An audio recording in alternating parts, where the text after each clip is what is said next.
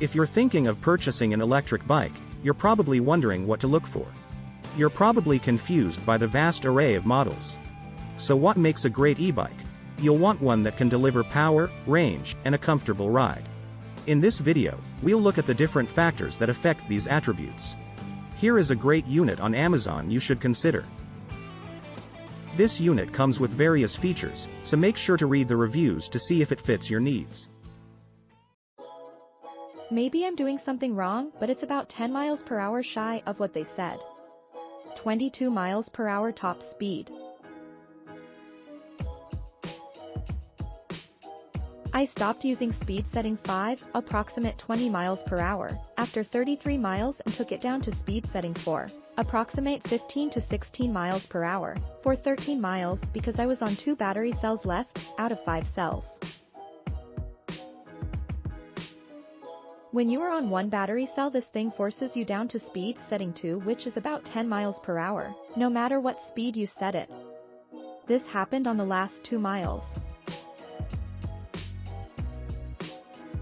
I assist pedaled the entire 48 miles, going up hills and down hills, only sparingly using battery only to get me going after stoplights/signs.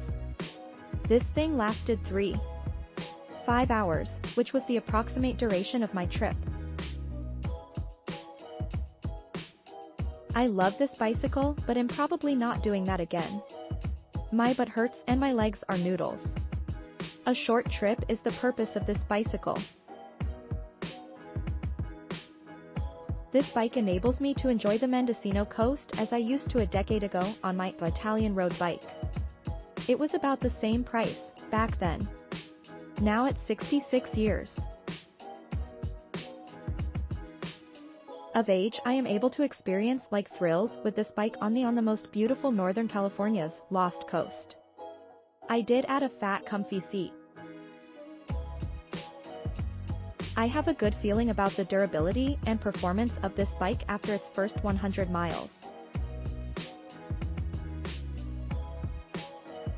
I seldom write reviews. This is one of the rare examples where I feel compelled. Purchased the ECOTRIC Seagull 1000W Ebike about a month ago. Have to say this bike is a blast. Not only do I get compliments on the style/design, it moves.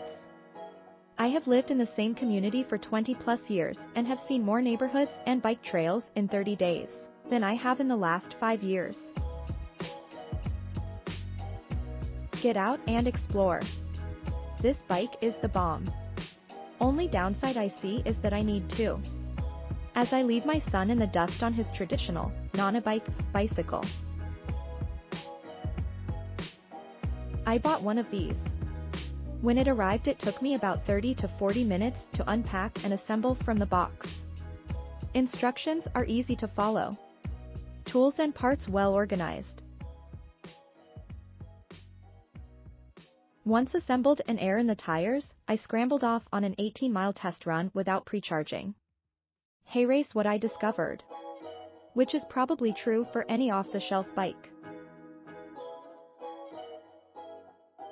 1. The seat kinda stinks. So I swapped it out with a super comfy one used to upgrade my 25-year-old Marin some years back. Problem solved. 2. The handlebar post is not high enough for my liking. So I bought a Auturdo 1 1/8 inch bike fork extender. Now that the bike is properly fitted, here are my other observations. This bike is pretty much perfect for my situation.